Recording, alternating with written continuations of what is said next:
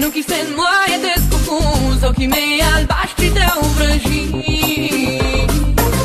Îi dansam sub voalul de mătase, îmi vroia trupul, mă vroia în brațe, părul meu negru l-a vrăjit. La o simtă mângâiere și sărbătorilor mele nu rezistam, era captiv în cursa mea. Dependent de prezența mea, era la tine, nu se mai gândeam.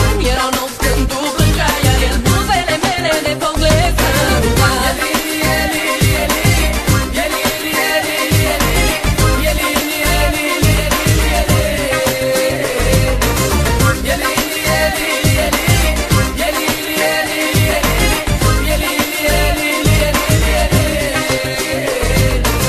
Să mă asculți, tu nu ai vrut, băiatul meu nu e de împrumut, inima lui pe mine m-a cerut.